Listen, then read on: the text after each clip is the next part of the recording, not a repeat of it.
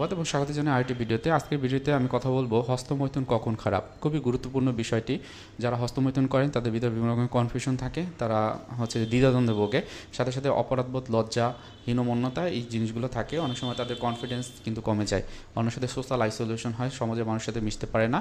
এই বিষয় নিয়ে আমি কথা বলবো। আছি আসাদুজ্জামান রাজু, কাউন্সেলিং সাইকোলজিস্ট, বর্তমানে প্র্যাকটিস করছি final mental health care centre, যেটা মিরপুর 2 অবস্থিত। হস্তমৈথুন একটি সায়েন্টিফিকলি প্রুভেন যে এটা আসলে আপনাদের মন এবং শরীরের জন্য খুব ভালো প্রভাব ফেলে।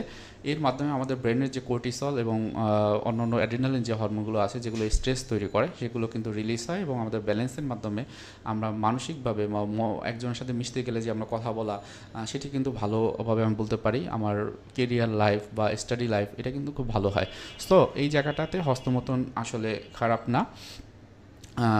এটাই হলো বরং আমার ফিজিক্যালি এবং মেন্টালি আমাদেরকে ভালো রাখে। সাথে সাথে সোশ্যাল যে পার্সপেক্টিভ থাকে, অর্থাৎ সমাজের মানুষের সাথে কিন্তু এটা খুব ভালো একটা বন্ডিং তৈরি করে। ভালোর সাথে মিশা মানে তার সাথে অ্যাসার্টিভনেস শো করা, এটা কিন্তু তাদের সাথে একটা কানেকশন তৈরি হয় এবং আমার ফ্রেন্ড সার্কেল বা অন্যদের সাথে আমার একটা রেপুটেশন ভালো হয়।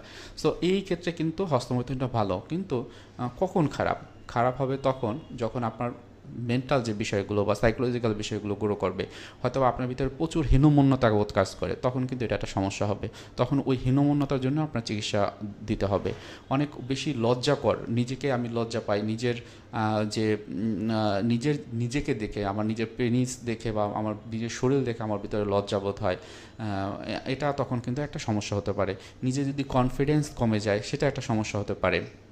আপনার ক্ষেত্রে যদি এরকম হয়, অপরাধ বোধ হয়, তখন কিন্তু এটা সমস্যা হতে পারে।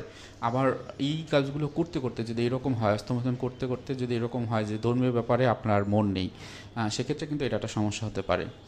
আপনার নিজের পার্সোনাল যে কাজগুলো হয়তো বা প্রতিদিন করতেন, আপনি যেইখানেই থাকেন, পড়াশোনা, জব করা, মানুষের সাথে মিশে একটা ভালো সম্পর্ক তৈরি করা, এগুলো যদি হ্যাম্পার হয়, সেক্ষেত্রে কিন্তু এটা প্রবলেম। আপনার ভিতরে যদি ডিপ্রেশন, অ্যাংজাইটি বা অন্যান্য সোশ্যাল ফোবিয়া বা ওসিডি এই ধরনের মানসিক যে সমস্যাগুলো যদি গ্রো করে, তখন কিন্তু এটা একটা সমস্যা হবে। আপনার ভিতরে যদি সোশ্যাল আইসোলেশন হয়, মানে অন্য কারোর সাথে মিশতেছেন না, অন্যের সাথে আগে যেভাবে মিশতেন, কথা বলতেন, সেগুলো আপনি করছেন না, তখন কিন্তু এটা একটা সমস্যা হবে। সো এই জিনিসগুলো খুবই ইম্পর্টেন্টলি দেখা এবং সেই অনুযায়ী নিজেকে চলাও কিন্তু খুবই গুরুত্বপূর্ণ। ইনিশিয়ালি আপনি যেহেতু ভিডিওটি দেখছেন, আমি একটু কথা বলে নিই যে এই প্রবলেমগুলো যদি আপনার ভিতরে হয়, সেক্ষেত্রে আপনি একটু নিজের মনকে শান্ত রাখা, সাথে সাথে যেই জিনিসটাই জানবেন একটু ভালোভাবে জানবেন, সাইন্টিফিক্যালি জানবেন, রিলিজিয়াসলি জানবেন যে ধর্মে কী আছে, সেটি যদি আপনি সঠিকভাবে জানেন, তাহলে কিন্তু এটা খারাপ আপনার চিন্তা হওয়া উচিত কি উচিত সেটা আপনি বুঝতে পারবেন। কারণ প্রত্যেকটা জিনিসেরই মেডিকেল টার্ম রয়েছে, মেডিকেল বিশ্লেষণ রয়েছে, রিসার্চ রয়েছে। সাথে সাথে ধর্মীয় বিষয়গুলো আপনি যদি একটু গবেষণা করেন বা বিভিন্ন বই যদি পড়েন, সেক্ষেত্রে আপনি কিন্তু দেখতে পারবেন যে এটা আসলে কতটুকু ভালো বা খারাপ।